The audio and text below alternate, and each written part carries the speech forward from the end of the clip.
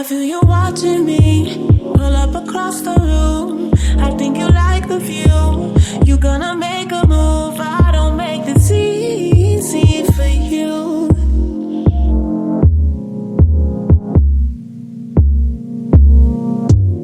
Hi guys, and welcome back to another episode of Good Luck Sis. And I'm just gonna skip the normal catch up because we got guests today. Okay, we got guests. We got overdue guests, and it's on our part because they were supposed to be on ever since it was Girlfriend's Guide. And you know, we're not that no more.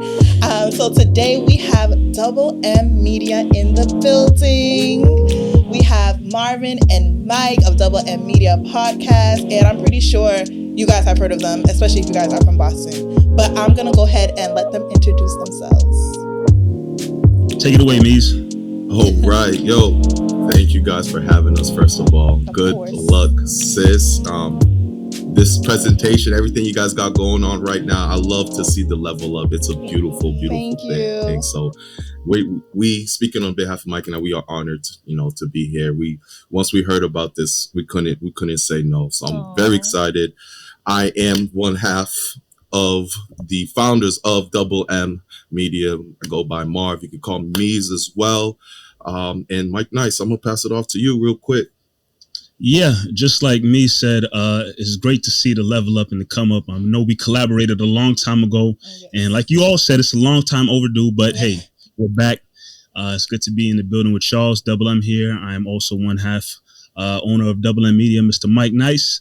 Yes, honor, it's a privilege, and can't wait to have great conversation with y'all per usual. Yes. Hey. Thank you guys so much. I know when me and Elly were making who are we going to have as guests? We're doing it in person. And we're like, we gotta do Double M because at this point it's kind of embarrassing on our end that it's taking this long. And you guys have invited us so many times and I'm just like, okay, it's time. Exactly. Yeah. You guys definitely helped us along the journey because when me and Elly started this, we're just like, we don't know what we're doing. Yeah. And then we met you guys. Like, okay, bet. So how do we do this? Because we don't know what we're doing. So thank you guys for giving us the opportunity earlier on just to even be guests on your platform and see how it goes. So we have to return the favor, and I hope you guys enjoy your experience with us today. Always. Gonna be good. I'm a little nervous. Why? I'm gonna miss professionals, professional. Mm-hmm. I'm like, okay, I gotta get my things together. Nah. This is family. This is about to be a good time. We're gonna chop it up together. It is. So just to start off, how was Double M created? How did you guys meet? What sparked the idea? Smiles, the deep breaths. I've heard this story before. You said you heard it before? I think I've heard it before. I don't remember hearing it. But no, I want to hear it again, and obviously audience wants to hear it. Right. How was Double M created? Go ahead, Marv. All right, I'll find a way to pass it off to you. We can split it up for sure. Yeah. So Mike and I both went to Bridgewater State University. I met Mike my sophomore year of college. So back it up a little bit. My freshman year, Mike didn't go to the school yet prior, and I'm a big sports guy. I love sports, basketball, football, everything like that. I made a good group of friends my freshman year, but ain't none of them liked sports like I like sports. I wasn't talking about basketball, football. I wasn't talking about none of that going into my freshman year, which kind of sucked because that's really what my passion was sports. Like I didn't know what the hell I was going to do going into college when I was in high school. I didn't know what I liked, but I knew I liked sports. So I was like, you know what? I'm going to do communications and try to get into sports journalism somehow. My freshman year, I started to intern for a radio station at the college. So I was getting my feet wet, but I didn't really have anyone who loved sports. Fast forward to the sophomore year, Mike comes in as a transfer student. And Mike Nice, I'm going to pass it off to you. Yeah, so similar to Marvin in a sense, coming into Bridgewater, my mindset, well, first of all, I was recruited. No one ever wants to believe me, but I was recruited to play basketball at Bridgewater. Oh, wow. Okay. I met this is like coach. My second time hearing this. Right. I heard the story mad times. I met the coach somewhere before, and he was like, I was like, yeah, I'm going to Bridgewater. He's like, okay, well, you tall, 6'3" black man, you better come try for the basketball team. So I was like, all right, I'm going to try for the basketball team. I got there, and, I wanted to play basketball. And similar to Marv, I wanted to be involved with sports somehow, some way. So it was, whether it's playing for the team or, writing for the school newspaper or something in the sports column. I wanted to get involved in all of that. And, within the first couple of weeks of getting on campus, Marvin and I got acquainted through our mutual brother, Jamal, who we'll definitely talk about later on in the show. But we got acquainted through Jamal. And once he said, "You love sports?" Wait, no, you love sports? Oh, yeah, it's on and popping from there. So that's how we met. And then Double M, in a sense, we wanted to do something sports related, and Marv had the internship with the radio station, and he already has something going on with them. But we wanted to see how we can create our own show with that radio station, and what we could bring to the table in terms of having a sports show. So we created initially Double M Sports, that goes off of his name, Marv, and my name, Mike. So that came together, and yeah. Double M Sports over the years turned into Double M Media, and there's a lot more that we could dive into. We don't want to take up all y'all time with the story, but that's the basis of it right there for sure. I just want to say that the fact that you guys are able to come up with the name and the play on both of you guys starting with M, because when me and Ellie were just trying to figure out the name for originally Girlfriend's Guide Podcast, we picked that name because we just said it and we're just like, we can't find anything better, so let's just go with it. And then when we had to rebrand and do another name, it was so hard for us to come up with a good podcast name. So I feel like y'all are lucky. The gods, the universe aligned this with Double M. It worked out. It's very simple. And then what helped is obviously during that time, MMG was really big. Maybach Music Group, Rick Ross and all that. And they used to always say Double MG. Oh, wow. You know what I'm saying? So automatically when you hear Double M, it flows in your head. You don't even understand why, but you've already been hearing that for a long time prior to it. So it just fit out like that. Look at God making it work. Well, so moving on, we're going to do an icebreaker. So everyone knows, our audience knows, me and Ellie met at Regis College, kind of similar to you guys. And what makes this work, us being best friends, but also business partners, me and Ellie are pretty much very similar. We have some differences, but overall, we agree on most of the same things. So now we're going to test you two. We're just going to do a little this or that, just to see if you guys have the same answers. Nothing crazy. So just 5 little things. So first thing, LeBron James or Michael Jordan? Stop it. I'm not even. You already know my first name, so you got my answer right there. Come on now. It's the GOAT, Michael Jordan. Okay, absolutely. Okay. All right. So Megan Thee Stallion or Nicki Minaj? Megan Thee Stallion. Oh. These are getting too easy. What's this eye for? What we eyeing for? Come on, bro. You on the right side of history. I might lean Nicki. Oh. I mean, personally, if we're just gonna talk about skill, Nicki's been out longer, so she's shown. Megan is Nicki's good, a legend. Nicki's a legend. People gotta start. That's why I'm leaning towards the legend. I'm gonna go Nicki. Yep. I don't like her antics. But exactly. This one you kind of separate the person from the craft. I get that part. So Kendrick or Drake specifically for this battle, and then in general. Kendrick battle in general. Kendrick again. Okay. Yes, Kendrick every day, twice on Sundays. Wow. Okay, then. So 2008 Celtics or 2024 Celtics, because they both won. They both won. So they're good, Mike. They're good. What team we doing? What team? That's a good one. We got. Because baby, it's gonna be 2008. Because Ray Allen, that's my man. Kevin Garnett. Okay. Ray Allen is my man. Here's what I'm gonna say real quick. I don't want to get into our own long podcast. Here's what I'll go. I love 08. 08 will never leave my heart. It is always sitting there. But because Tatum and Brown are homegrown talent, like they drafted and came through the ranks for many years with the Celtics, that's why I lean towards 2024 a little bit more. Even though I love the big three: Paul Pierce, KG, Ray Allen. Ray Allen, my uncle, so I love them both. Wait a minute! I did not know that I was Mike's auntie, because Ray Allen, that's me, right? So I didn't know that. Oh wow, we related. Okay, cool. Calling Ray Allen your baby. This is some sick work. Everybody is out here lying. All right, so Marvin, what you picking? In order to pick this, I feel like I have to break things down. Go ahead. I'm not. You can break it down. I tried to do it as quick as I could. You did. I saw Mike struggling. Really good. Are you asking 08, 24? Like, which one do I like better? You asking who would win in a basketball game? What do you ask? So and see, because you guys are the sports people. So I feel like in terms of the fact that it took this long for the Celtics to win. So obviously I think in terms of skill, you know, you can go based off of that.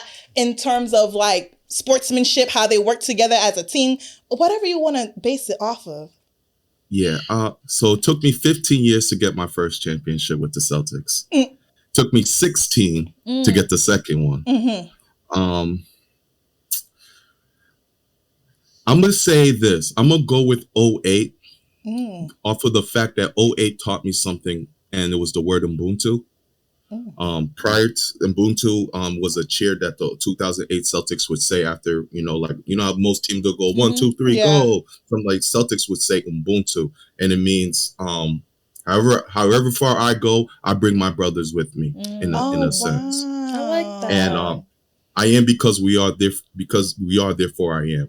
That's what it really meant. And then when I got into college in the brotherhood that I formed with Mike Nice and everyone else called MIB, I heard the word again, Ubuntu. That was the thing. That was like the prayer that we closed off with. And so just like that family, close-knit group that I saw in 08, that really left a mark with me. And I'll say 08, but very similar to Mike. I love seeing that our young boys, Tatum and Brown, were able to get us a chip.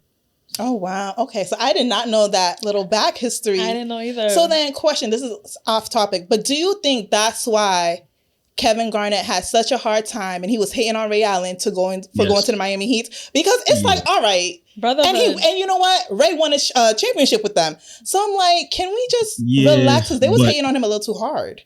Yeah, no, KG definitely felt that Ray broke the brotherhood that they had. Because when they came together, them guys went through battles and battles season after season with each other.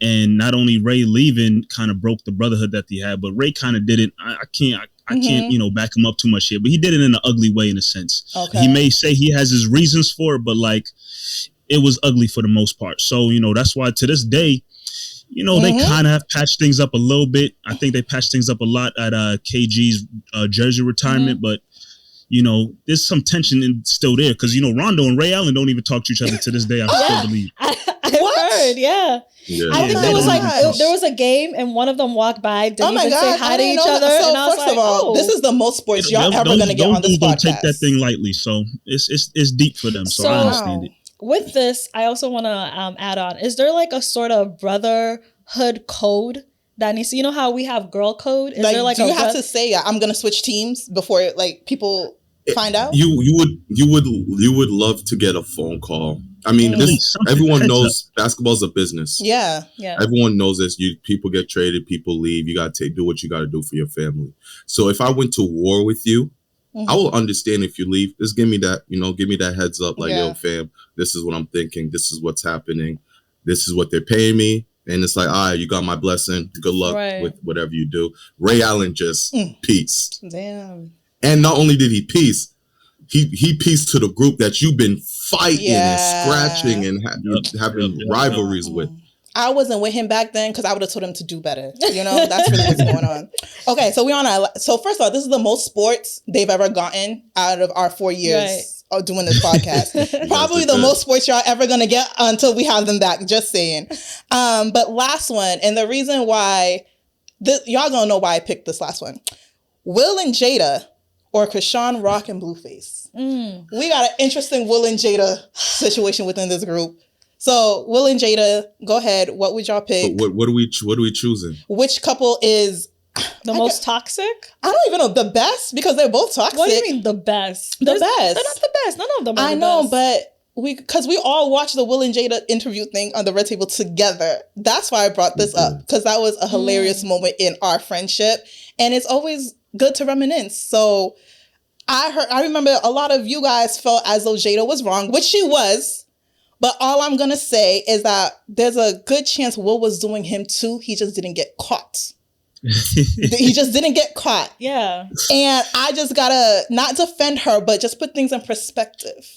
But if I'm picking Will and Jada over Krishan and Blueface. I'm picking Will and Jada. I don't know much about the Krishan and Blueface. Oh, baby, you don't even want to know. You don't even want to know. Like, I know she got like a tattoo of his face, but I never. Anytime I see him, I never go, oh, let me click on this and see what's going on. It's just ratchetness. But with them, it's just like with Will and Jada, they're grown. It's like habits can't be changed at a grown age. With Blueface, they're like they're young. They can grow. They're making they're both mistakes. In jail and they have a baby, so they can still grow. Okay. Well, I think it's safe to say we're all picking Will and Jada at this point. Then, can I ask a question? Go ahead. Might as well start getting controversial here. Might as well. Oh boy. The block is hot. Yeah. So Tati, you said something saying, "Oh well, Will was probably doing his own dirt. We're just not being talked about." Yes. Why, when we're talking about something that we've seen, we're just going by what we've seen, the facts that are presented to us. The first thing that you say is, well, Will might be doing something else that we just don't. Crazy? That's the issue with women. Well, me. Because this is what this whole episode is going to be about. So that was a good segue, because we're going to talk about how if Black women are really showing up for Black men, and do we really create safe spaces for them?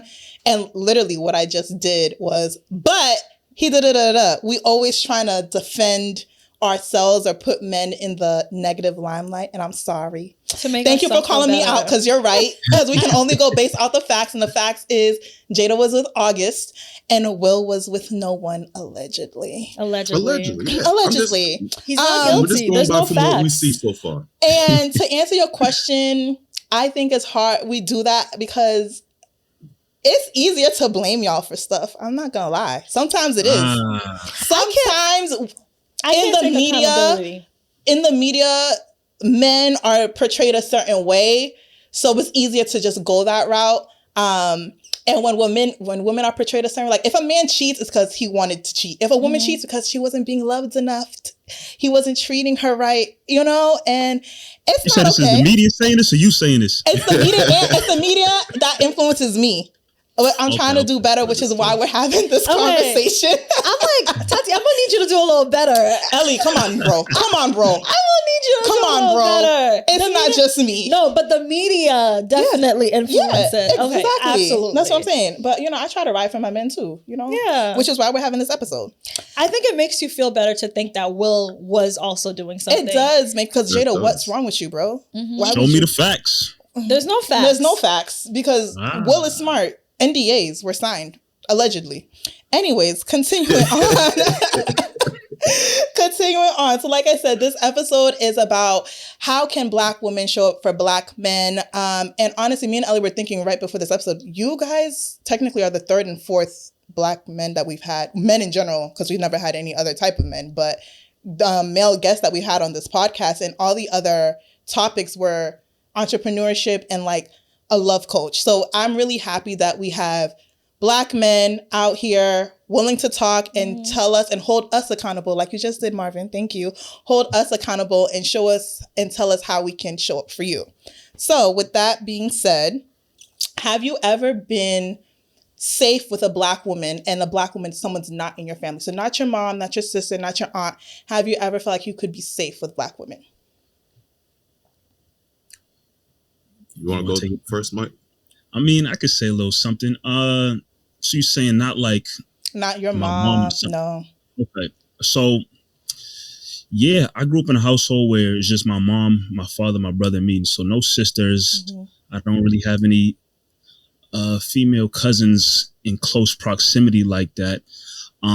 But I do have some, I guess, family friends who I consider older sisters. And they, in a sense, kind of, babysat me when I was young, helped raise me for many years. Still to this day, I look to them as, big sisters. They both have kids. Those kids are my nieces and nephews. So I've always felt safe with them, and just felt like I can always turn to them as, women I can depend on or have real conversation with, get advice from. So they've always made me feel safe when being around them and talking to them.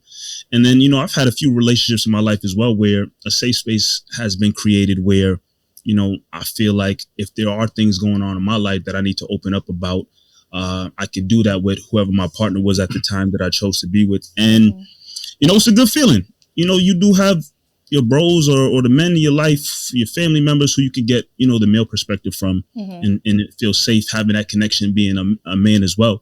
But I've always, there's nothing wrong with getting a female perspective and having them, open up a safe space where you can speak your mind.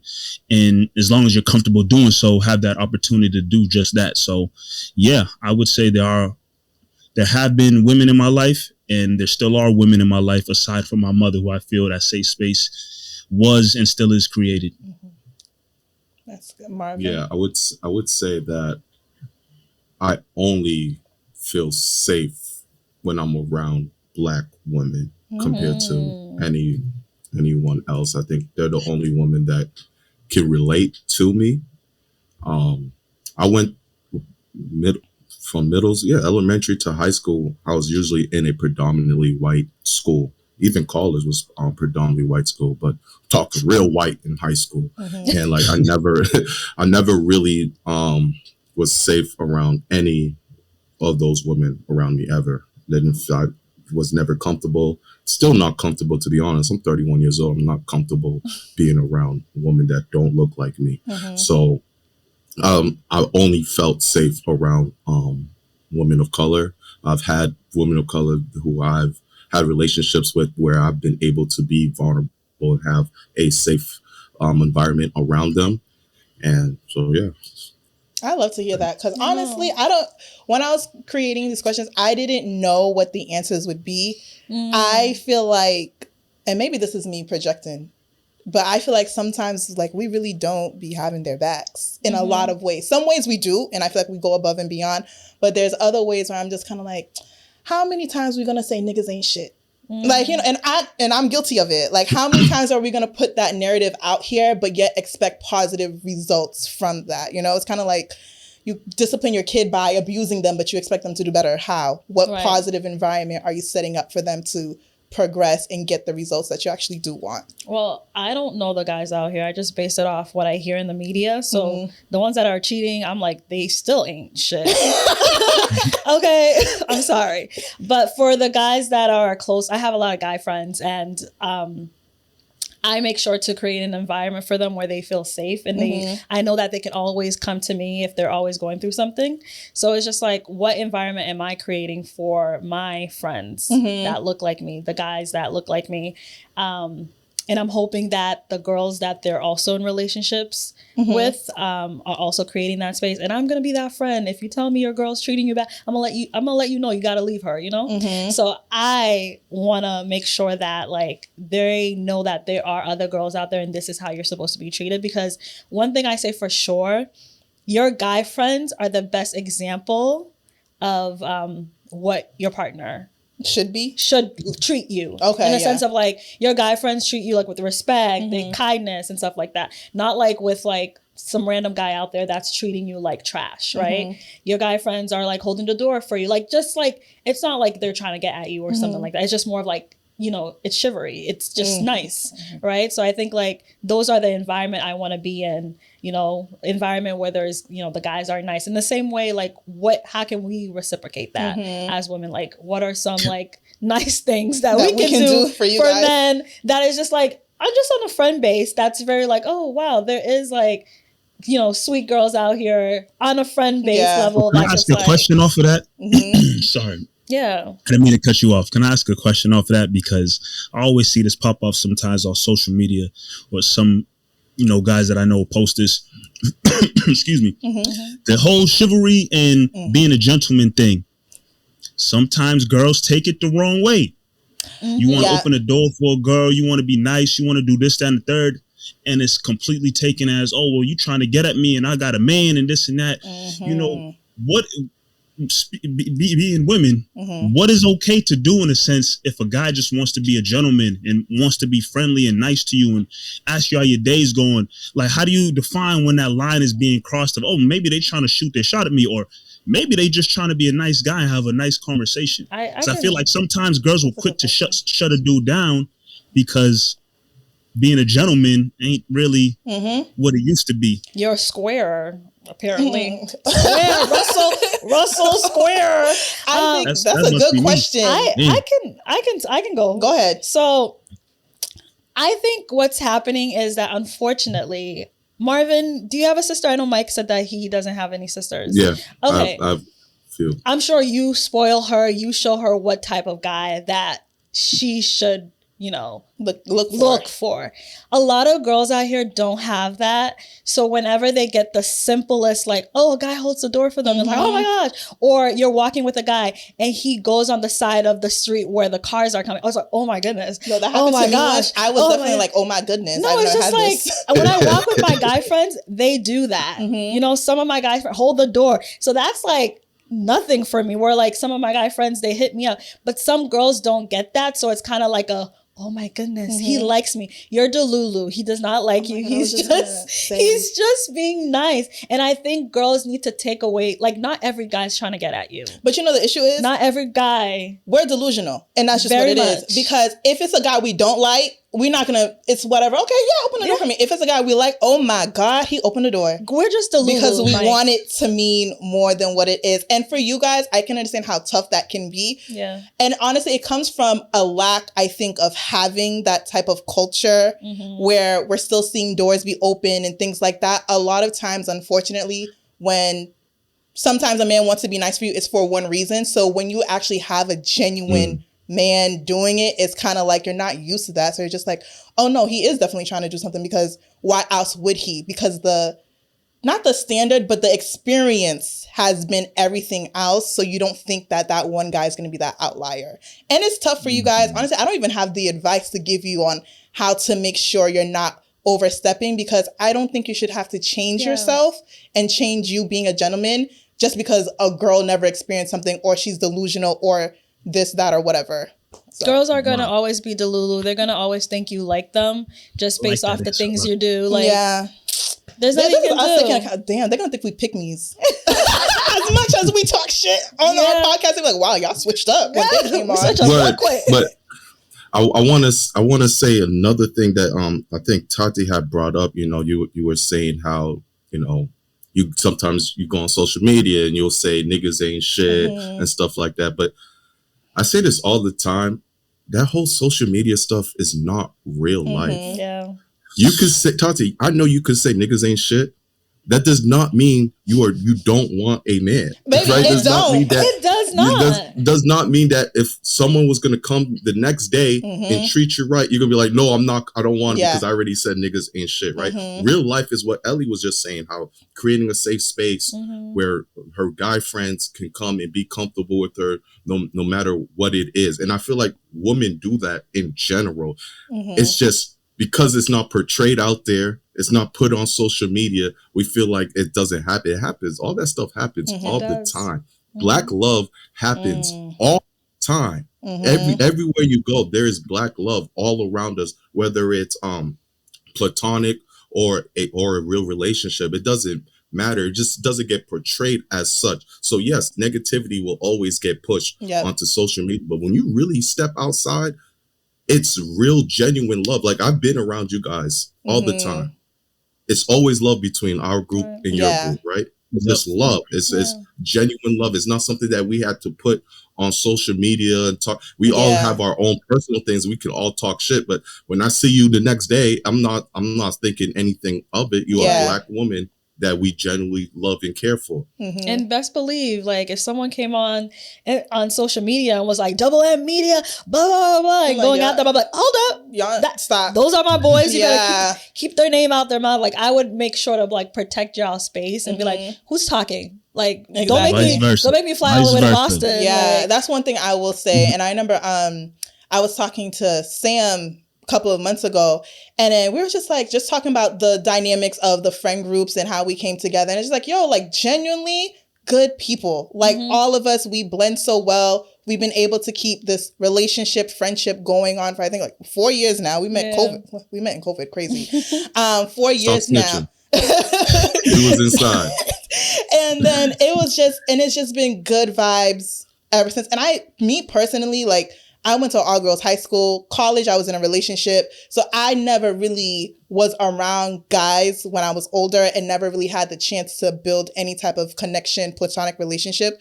So when I saw that, I was like, yo, this is guys and girls, like as much as guys and girls can't be friends, blah, blah, blah, like it can exist and it can happen. And just going back to Mike's point, sometimes this is kind of like one action is seen one way and it's like, bro, it's not that. It's like we can just leave it to where it is and it can be good vibes all around. It doesn't have to be anything extra. Yeah. Agreed. Well, that was a good point you brought up, Marvin.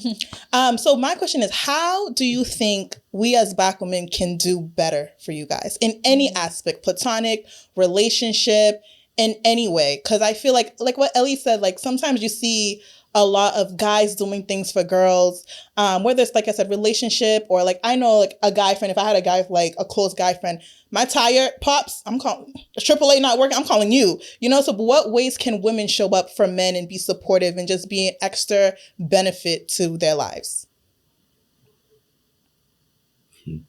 Well, I got them thinking. I love that. That's good. Are you guys asked? Can I say? Do you guys have these conversations, or have you guys been asked these questions before, or it's like this is the first time? Nah, you're in I've this definitely space? probably been a part of these type of conversations. Okay. Oh, and that's a good question because I have another question. How can Black women best support us? That's what that was the question, right? I mean, it kind of. I don't want to be repetitive with the last conversation, but it kind of goes off to just being able to create a safe space on both sides. And that goes for both Black men and Black women, having a safe space for each other. I mean, you never want to be in a situation, a relationship, whether it be friendship or more to friends, where you just feel like you're not safe physically, mentally, like you never want to be in that situation. So I think first and foremost, that should always be something that is established, like speaking to me face to face, conversing. This is a safe space, or being around each other, whether you're out and about, whether you live together, whatever the case may be, you're safe with me. If something goes wrong, we disagree, and you feel your type of way, or I feel my type of way, it should never, extend to anything catastrophic where it's no longer safe. Like you should always be able that's just my mindset for sure, because unfortunately not everybody thinks about me, and I've been blessed to be around a circle of friends who in a sense all have that same mindset. Like, to be very blunt and honest, like there's guys out there who what a safe space looks like to them is not what a safe space looks like to me.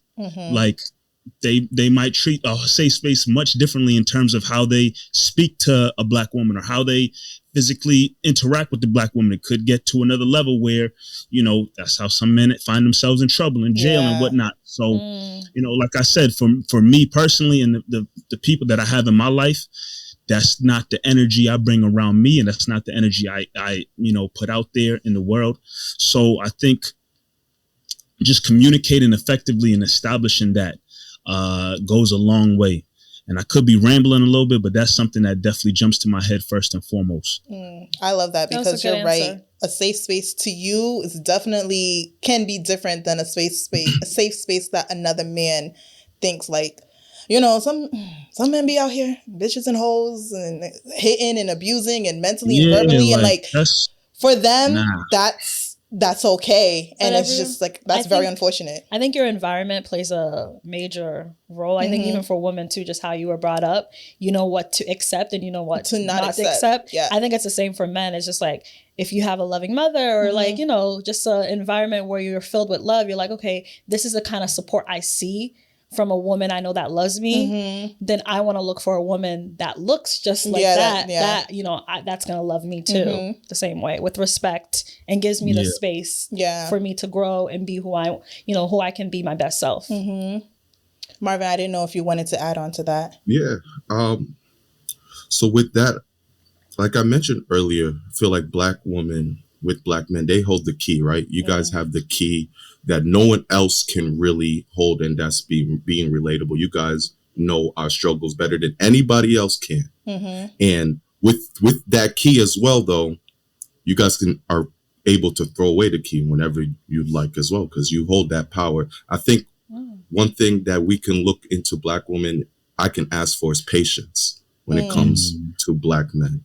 You guys know, right? You guys know the trauma. You guys know everything that goes on with what we're going to. And I feel like sometimes it gets blurry within whatever's going on between the two individuals and such. And it's like, if we can work on patience within one another, I think things would be so much stronger. We talk about love languages a lot, right? That's the big thing everyone loves to talk about is love language. There's 5 love languages out there. Do women take the time to study the Black men's love language and really understand what that is? Because we always concentrate on the Black woman's love language and what that means and how do you provide and understand it? Are you doing the same thing on the opposite side? Maybe men's love languages is completely different than the 5 that's presented to us. And are you taking the time to understand it, learn it, have the conversations that we're having right now? Are you having that one-on-one and really trying to understand that situation? Because it's cool to have it in a public forum like we're doing right now and creating awareness. But when the doors are closed, are you having those type of conversations mano a mano and really trying to understand, okay, this is what really gets you going, or this is what sets you off, and how can I help further this? Because I feel like as a man, we already understand that, okay, we're programmed to understand that we have to provide, right? We have to provide for you guys, make sure that everything is straight, everything like that. So not that we're looking for all of that in return, but just for you to understand where we're coming from would be huge. Wow. Yeah, and it helps build healthier relationships. Absolutely. Like I said, you're talking to 2 guys right here. We kind of cut from the same cloth a little bit when we have a little bit of understanding. But you go out into the world with different people you meet. They don't have the understanding of trying to set those type of foundations of, for instance, trying to build a relationship with a girl that you're talking to. Like, a girl would be quick to send you, take this quick love language test and tell me what your score is and send that back. But like Marvin's saying, what is it coming from the other end too? So, you got to be willing to lay that foundation, have those open conversations to understand both sides. It's not a one-way street. It's a two-way street where understanding needs to come from both ends. Wow. That's pretty deep. That is, because... And I don't think everyone's emotional intelligent to understand that and to dig a little bit more when they're in a relationship. I girls think, often girls focus on me. Yeah, that's what I was just about to say. And they don't focus on their partner. I think we're so against, because the Build-A-Bear era. And when you said patience, Marvin, that's exactly where my brain went to. Like, a lot of us, we want y'all built and ready. And ready to go. Ready to go package. Robotic. Exactly. I'll be saying that sometimes, like some robots out here. Yeah. And it's like, having patience with, because at the end of the day, you guys are human. And when you said that word provider, we're going to touch on that a little bit. But we just, all right, so does he got a job? He got a car? He got a place? He got a degree? All right, bet. Okay, let's go. And even those things, those are not the core essence of a person, but we just have this list. And if you have it, then you should be ready to go to our standards and terms. And I think you're right, having patience and understanding that, this is a person, they're going through stuff. They may not have everything on your checklist, or even if they do, it's just kind of like a person is growing every single day. And if you don't have that patience and you want them to just be ready, you're going to miss out on every single blessing in a person that you could potentially have, because you want things on your terms. And I think, like Elly said, sometimes women tend to, happy wife, happy life. I don't believe in that fully, to be honest, because it's 2 people in a relationship. But that mindset consumes us a lot. And it's just like, you're not paying for my car. You're not paying my rent. I'm like, baby, you can't even pay for it. Who is he to pay for yours and himself? Like, inflation, calm down. So I think, having patience is definitely big, like you said. And then you mentioned the word provider. And I feel like that word is probably one of the heaviest words I hear to describe Black men, because it's like, even for me to provide for myself, I'm just like, oh my God, this is a lot, let alone being a man and essentially having to provide for your whole family, whether your partner is working and contributing, but still, we know the way it's realistically set up, we expect the man to take on more of that. So explain if you guys have had to be a provider in a sense, and what that struggle, burden, or blessing, how do you guys view it?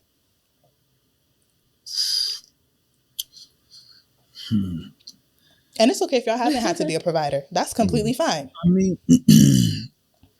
I'll speak unless Marv, you want to say something. It looked like you got the head start, brother. Yeah, okay, so I'm gonna speak from a personal end for sure. So in my household, right? Got my mom and my dad have been holding it down for my whole life. But my mom got to this country before my dad and got, really established, with the American way of life or whatever before my dad. And once my dad got here, he got established as well. But my mom was well more immersed with, everything going on in terms of what it means to live in this country and work a job and do all of that. So, my mom kind of had that leg up on my dad, first and foremost. So kind of growing up, not to say my mom was the provider in the household, but like, she would carry a burden that I think societies would say, oh, the man should do all of those things. And it only should be the man. Where in my household, it was more so like equal on both ends. Both of them have full-time jobs. Both of them are providing. I tell people sometimes, my dad was the cook in the house. Like Sunday dinner, my dad was cooking dinner, and the food was going to be ready thanks to my dad. Not to say my mom can't cook, because my mom could throw down.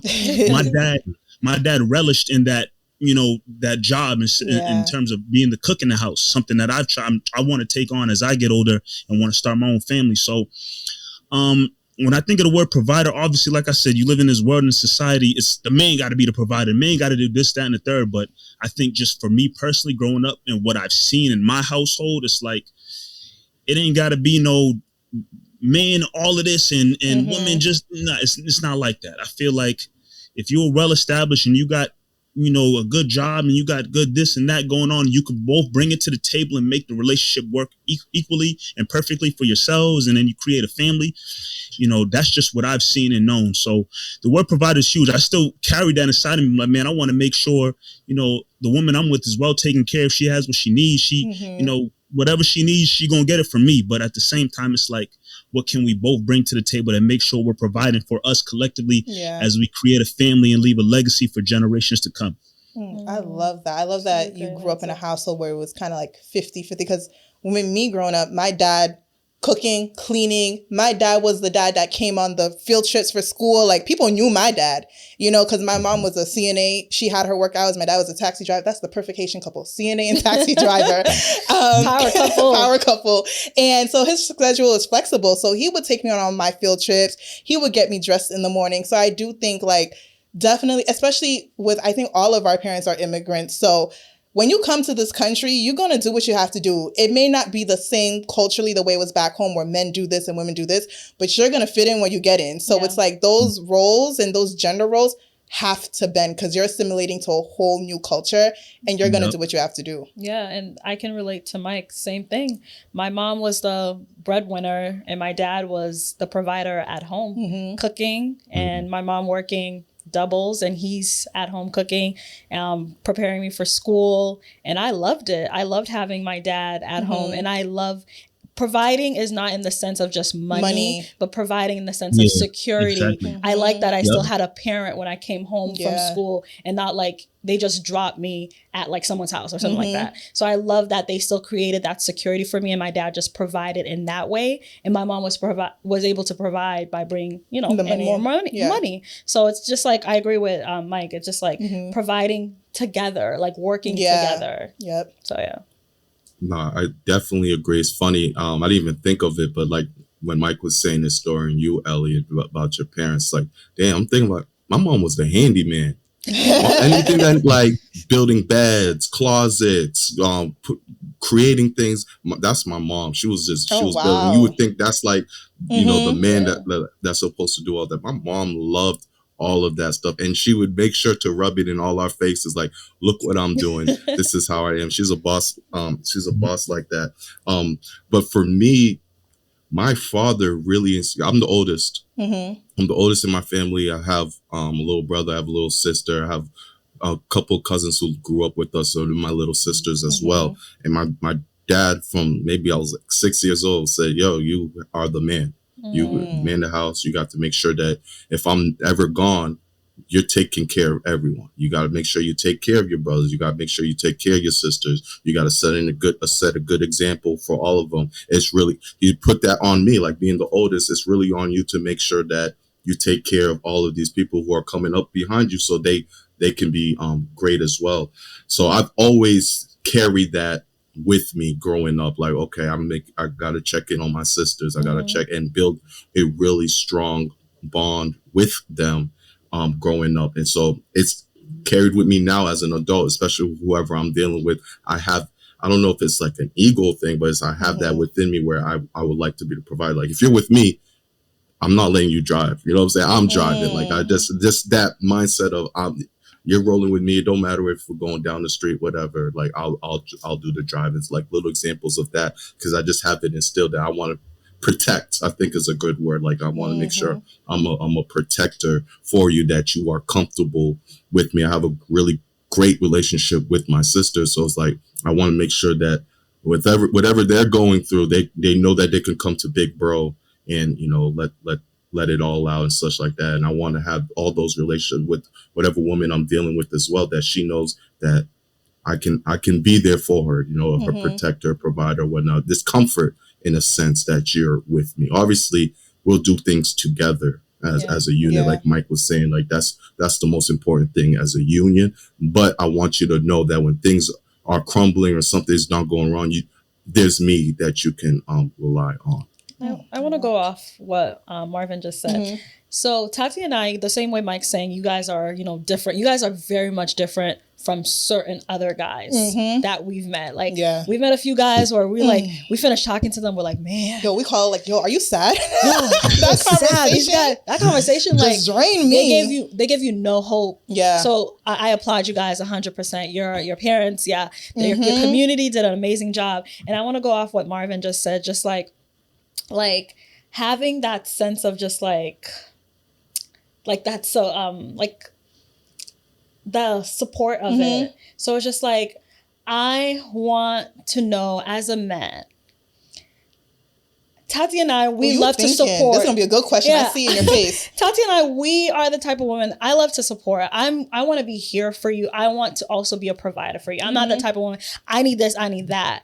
So as a man, how do you find it that you can take off all the weight off your shoulder, and your girl, you could be like, all right, I'm with her, and like, I can just trust her to just like take over. So what's when things are overwhelming for you, is that okay? Because I feel like often guys find it very hard to just I don't gotta carry this weight on my own. How do you allow us to carry the weight with you? Yeah, because I love that. Because I feel like sometimes as men in general, but black men, it's like, it's not even going as far as like, you can cry, but you can cry. Like, you know what I mean? Like, I feel like sometimes, and I'm not a man, so let me know if I'm wrong, but you feel like, yo, I can't let her know, I can't share this load because I'm supposed to protect her. I'm supposed to shield her from all of this. So it's just kind of like, do you guys feel like you personally are able to like let go of that? And if you found the right person, obviously, and share that load with someone, and what is it going to take for you to feel that comfortable? Or are you working on that? Is that like a space of vulnerability that you're not at yet? And it's like, give us advice as women. Like, what can we do to be like, yo, baby, it's okay? Yeah. Are we pushing too much? Like, come on, babe. Like, you know, like, let me help. Let me do like, are we doing too much? Like, let us know. We just asked you a whole bunch of questions. Sorry, y'all. Mike, I'll take this one to start off, because that's probably one of the things I struggle with the most. It's probably the biggest thing that I've always heard in all of my relationships. Everyone's like, oh, when things are going down, I don't let out how I'm feeling or the struggles that I'm letting out and such. And I'm still working on it. I don't know if I'll ever get to the point where it's like, yo, this is all the shit that's going on, I don't know what to do. I don't think I'll ever get to that point in my life. I still need to do better, in a sense where she has created this safe space, right? Utilize it in a sense where I don't need to throw all my shit at you, but I can let you know how I'm feeling. I'm overwhelmed at the moment with a lot of things. If you can just give me some time to really process it, that would be. And then on y'all end, if you can understand that's a lot from me right there, right? That was a lot I just gave up. And it's like, oh, okay, that was him really showing his vulnerability. It might have not been what you wanted, right? I didn't give you the whole laundry of everything, but I already gave you like, yo, this is the shit I'm going through. It's a lot. If you can just help me, process it, give me some time to really get my emotions right, collect my thoughts, and then, down the line we can work on it together. But I think sometimes once that little thing, this pushback, oh, you're not telling me much, and that can cause conflict right there. And this is obviously from me. Everyone is completely different in how they show vulnerability. I've always gotten that because of that, people say that I don't show enough emotion. It's just like I show emotion. I just show emotion differently than others. And so just understanding that aspect as well. Yeah, that was pretty good. That was good. Yeah. I'm really trying to think here because I feel as if, like most guys do, you'll definitely put up that guard. Like, I'm not letting you in, and I'm gonna keep this stone wall up that you can't really crack.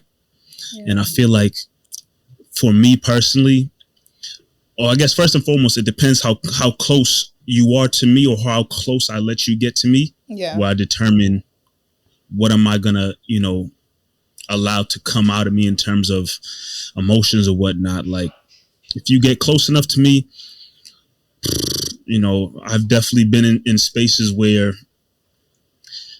after a couple glasses of wine, sometimes I might be in a real good, deep conversation where, I have shed tears talking about certain things, traumatic experiences that happened in my life with somebody that I'm really close to, because that space has been created where I feel like I can have that conversation and express, those emotions about different things that maybe happened in my life.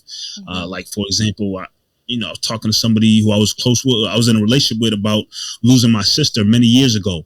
And, diving into that conversation with that person at the time, I got emotional about it, and tears definitely was flowing out my eyes. And I was definitely probably because of the wine that I was drinking a little bit, but it was also because I felt comfortable in that space doing that. And then there's more other things like, you don't want to necessarily put the burden of, you might be dealing with hardship at work or something. You might be struggling with something that you're trying to accomplish. I remember I was trying to pass my teaching license. I was trying to study to get that, and I had somebody in my life who's trying to help me study, and was like, nah, I'm gonna do it myself. I got it. And I didn't want to open up that space to allow help and really be vulnerable there. So, I kind of have a grip on it in terms of expressing my emotions when I'm comfortable enough, but at the same time, there can be that brick wall, that stone wall where I don't want to expose too much, and I want to seem like I got it all together and got it all figured out. So sometimes it can be a roller coaster ride a little bit, but I think the main thing is it depends how good of a relationship you and the other person have, how safe you feel in that space, talking to them and communicating with them. I think that plays a huge part into it. I just want to, first of all, number one, Mike, I'm sorry to hear that you lost a sister. I can't imagine how hard that must have been for you. And number two, thank you guys for just even this segment, the whole episode, but this alone, we're saying I'm struggle to be vulnerable with certain people, and I've shed tears, because it's like there's both sides to that, and I feel like sometimes we don't hear that. We don't. People just say, "Oh no, I'm fine." Like Marvin, the fact that you recognize, that's something I struggle with, and Mike, the fact you're like, no, like I've gotten that deep with someone. I feel like for men, it's hard, we don't hear that as much. So thank you guys, and I feel like, first of all, this conversation, we barely went through all of the topics that we had because it just flowed so well. So thank you guys. And this is an impromptu question. I just want to say, echo what Elly said. Your parents, phenomenal job. Your community, phenomenal job. Thank you. And we definitely see, and like we said, we've known you guys now for years. So we see the difference with you guys and other men that we've encountered in the past. So I'm going to open up a little bit. So my 5-year-old cousin lives with me. He's a little boy. He came to this country with his dad a year ago. And on the way to this country, he witnessed his mom drown and pass away. So when he came to us with his dad and without his mother. So I have the past year taken on a big motherly role that I love, but I wasn't expecting. And there's times I look at him and I'm just like, I don't know how to raise this little black boy. Like, number one, because I wasn't prepared for it. It's not like I decided to get pregnant and I had time to prepare. But number two, I'm just kind of like, I don't know what I'm doing. And I want to raise him. It's not even the fact, oh, don't cheat on him. It's not even about that. I just want him to be raised as a respectable Black man. And I want to ask you guys, like, what's something that you feel like your parents, but specifically your mothers, did that definitely instilled the character of who you are today? Because That's a good question. When I tell you I love him, I'm trying my best. And I just don't know how to make sure I'm doing the right thing for who he is going to be perceived at in this country. That's a good question. Yeah. First of all, that's tough. That's so I'm sorry for the young boy, and commend you for you and your family for what you guys are doing for him. Thank you, I appreciate that. There's no manual for this, right? Mm-hmm. There's not a manual book for us to say, this is what you have to do for him. The number one thing is love. Like really, this wherever his journey he's going throughout his adolescence, just show that you care and you love him dearly, and that you'll always be there when he needs it. I think right there, if he knows that he has someone that he can rely on and rely to, that right there goes, that's going to do a lot for him, especially for what the trauma that he had to have seen. If he knows that he has people in his corner and he has you in his corner, and you constantly remind him that he is loved, that he is seen every single day, that you constantly remind him of that, I think that he'll be exactly where he needs to be growing up. Definitely want to echo what Marv said in terms of, you taking on that role, condolences to you, him, and the family. But the love that you provide for him is huge for sure. And I think it's something that goes hand in hand with that, especially as he's still so young and has a lot to learn. And it's a sponge at that age, just to soak in everything. Teach him how to respect others. Respect goes a long way in terms of, the millions of people he's going to encounter in his life. Like being able to be respectful of others, being an educator. I deal with 5-year-olds, 4-year-olds who, even at that age, lack respect, going up into 6, 7, 8. And if the respect's not there and they're not able to give that out in terms of how they communicate with other people, whether it be, fellow students or the adults in their lives, it's going to be a tough road ahead for you if you just don't have the proper respect to kind of carry you through the day and day. So if there's one thing that you can definitely, of the many things that you're going to put in his mind as you continue to take on that role, I think respecting of, obviously himself and then the people that he continues to encounter in life, that goes a long way for sure. Thank you, guys. Like I said, that wasn't even planned. Just hearing the conversation, I'm like, this is the perfect, opportunity. Well, guys, I love this. We gotta have a part 2. We gotta do this again. Part 2 alive. Always ready. Always ready. Yes, definitely. So, guys, that was our episode. We are gonna wrap up. So, obviously, our Melanin Monday is double M. So we are going to have them tagged, all of that. And they're doing, first of all, it's not just a podcast. They're doing big things. I know y'all heard their name in the streets of Boston in a good way. Sorry, streets of Boston sounded kind of wild. That's kind of wild. I ain't gonna hold up. In a good way in terms of throwing events, collaborating with other well-known people in Boston. So definitely keep your eyes out. So all of their information will be on our Instagram page. But going on to our next segment, my favorite brand. So obviously, me and Elly, we're not doing this. It's all them. It's Mike and Marvin. They're gonna show us an item that they want to let you guys know about. You guys can buy, support, all of that. So guys, take it away. Yeah, I can't see. Marvin and I have the same thing that we're about to promote. I can't see Mike, but I guess I'll do an unboxing here live. Okay. Oh, I know what that is. Oh, I know what that is. Unboxing. Yeah, I haven't even opened it. Fresh. Yeah, right there. Fresh out. Yeah. If you see this logo right here, it belongs to Conflict, also known as Art Equals, also known as our brother. That's the type of friends you have. Look at that. The card. I love it. I'm actually wearing the white version of what I'm about to unbox for y'all right now. Oh, you guys are both wearing one of his shirts. That's wild. That's crazy. Look at that. Wow. Not planned. Look at that. Brotherhood. I love it. Brotherhood. You don't see this. You don't see friends supporting friends. Hold on, unboxing this joint right now. I love it. Oh, that's from the summer drop. That's from the summer drop. Oh, and the socks. Oh, I know you starred in the commercial for it. Hey. Right here on Good Luck Sis. These socks have brought me good luck. I won a championship from wearing his socks. They brought me good luck. So look at shout out to the brother Jamal, aka Conflict, aka Irk, aka Young Barry, aka that's my bro. That's my brother for life. I love that. So he's been our Melanin Monday. Yeah. This is what in the beginning. So we'll definitely, put his information on our page again. I have gotten things from it. I have his sweatshirt. I have a shirt. I've got, Lord knows I got the wine glasses and the shot glasses. COVID? We were hitting those wine glasses. COVID, those raffles that we never won. Baby, we're trying. But yes, we'll definitely put his information on there too. And guys, that is thank you guys so much. This was so fun. Thank you for having us. I loved it. This conversation went so much deeper. This conversation fed my soul.